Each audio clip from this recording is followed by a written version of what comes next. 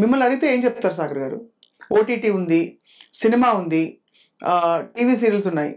అంటే నాకు అనిపించింది ఏంటంటే, ఇది నా పర్సనల్. నేను యాక్చువల్గా ఫస్ట్ బిగ్ స్క్రీన్ అనుకున్నాను. రావడమే బిగ్ స్క్రీన్ అనుకున్నాను. నాకు స్మాల్ స్క్రీన్కి వెళ్ళే ఆపర్చునిటీ వచ్చిన తర్వాత ఒక మంచి క్యారెక్టర్ పడింది. అంటే ఆర్కే నాయుడు అండ్ మొన్న మొగలు రేకుల తర్వాత నేను టీవీని దూరంగా ఉండడానికి కారణం ఏంటంటే, అలాంటి క్యారెక్టర్ నాకు మళ్ళీ రాలేదు. అంటే చాలా మందికి ఇప్పుడు నేను ఆర్కే నాయుడు అని తెలుసు. ఎందుకంటే నేను మిగతా క్యారెక్టర్స్ అంతకు మించి చేయడానికి క్యారెక్టర్స్ రాలేదు, అంత స్కోప్ ఉన్న క్యారెక్టర్స్ రాలేదు. దాని నుంచి ఒక స్టెప్ డౌన్ అవడం నాకు ఇష్టం లేదు, అందుకే షిఫ్ట్ అయిపోయాను.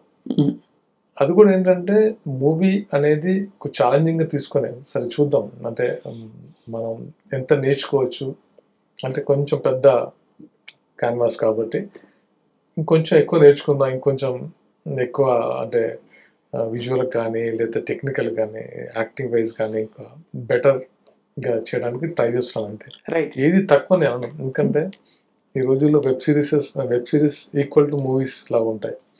సో యాక్టింగ్ సేమ్ ఎక్కడైనా. అవును, పెద్ద పెద్ద స్టార్సే చేస్తారు కదండి అసలు. అంటే ఇప్పుడు భేదం పోయింది కానీ అయినా ఒక ఫిల్మ్ ఉంటుంది, ఒక ఫిల్మ్ ప్రొడక్షన్లో ఉండే ఎక్స్పీరియన్స్ వేరు, ఒక ఓటీటీలో అండ్ ఒక టీవీ సీరియల్లో అయితే ఇప్పుడైతే ఫ్యాక్టరీలా కొట్టేస్తున్నారు కదా ఈ లాస్ట్ 10 years లో టీవీ సీరియల్స్. అంటే ఏమైపోయిందంటే, ఎప్పుడైతే టీవీ సీరియల్స్లో అంటే ఛానల్స్ టేక్ ఓవర్ చేసి ప్రొడ్యూసర్స్ని సమ్ ఫండెడ్ చేసేసరికి ఏంటంటే ఎక్కువ ఎపిసోడ్లు ఇవ్వాలి, ఈ రోజు 3 ఎపిసోడ్లు ఇవ్వాలి, 4 ఎపిసోడ్లు ఇవ్వడానికి క్వాలిటీ డెఫినెట్గా తగ్గిపోతుంది. అప్పుడు మాకు ఆ ప్రాబ్లం లేకుండా. అవును, మొగల్ రేకుల టైంలో ఏంటంటే ఆల్మోస్ట్ మేము రోజులో 5 minutes 6 minutes ఇచ్చేవాళ్ళం అంతే అంతే, లైక్ సినిమాలా చేసాం. అంటే క్వాలిటీగా ఉండాలి అంటే రీషూట్ కూడా మేము వెనకాడే వాళ్ళం కాదు. సో అంత కేర్ తీసుకొని చేసిన వాళ్ళం. ఇప్పుడు కొంచెం అది ఆ సిచ్యువేషన్ లేదు కాబట్టి మారిపోయింది. సో మొగల్ రేకుల సీరియల్కి బాగా డబ్బులు ఇచ్చారా మీ అంటే మీరు? బికాజ్ ఎంత ఇచ్చా అడగలేదు, మరి అంత దారుణంగా అడగం కానీ ఎందుకు అడుగుతున్నా అంటే ఆ రోజుల్లోకి ఇప్పటికి మళ్ళీ స్టాండర్డ్స్ మారిపోయాయి కదా. అంటే ఆ రోజుల్లో నాకు తెలిసి నేను తీసుకుంది నేను అనుకుంటాను హైయెస్ట్ రెమ్యునరేషన్ తీసుకుంది మీరు. అంత ఇష్టపడి మిమ్మల్ని పెట్టుకున్నారంటే అది మీ క్యారెక్టర్ బాగా వెళ్ళిపోయింది జనంలోకి అని.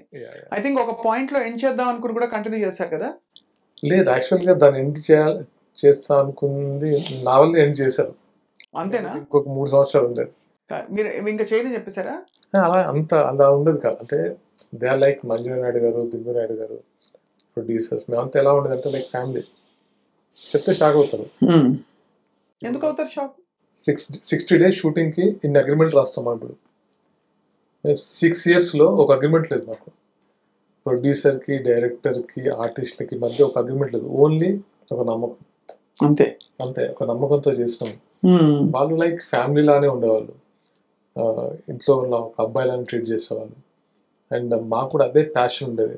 మనం నమ్మి ఒక క్యారెక్టర్ ఇచ్చారు, దాన్ని ప్రూవ్ చేయాలి, వెళ్ళిపోవడం ఉద్దేశం అంటే ఓపెన్గా ఉండేది. నాకు ఈ టైంలో నేను ఇప్పుడు మూవీకి వెళ్దాం అనుకుంటున్నాను కాబట్టి ఈ టైంలో ఏం చేద్దాం, లేదు ఇంకొక 1 year రన్ చేద్దాం, ఇదన్నీ చాలా క్లియర్గా మాట్లాడుకునేవాళ్ళం.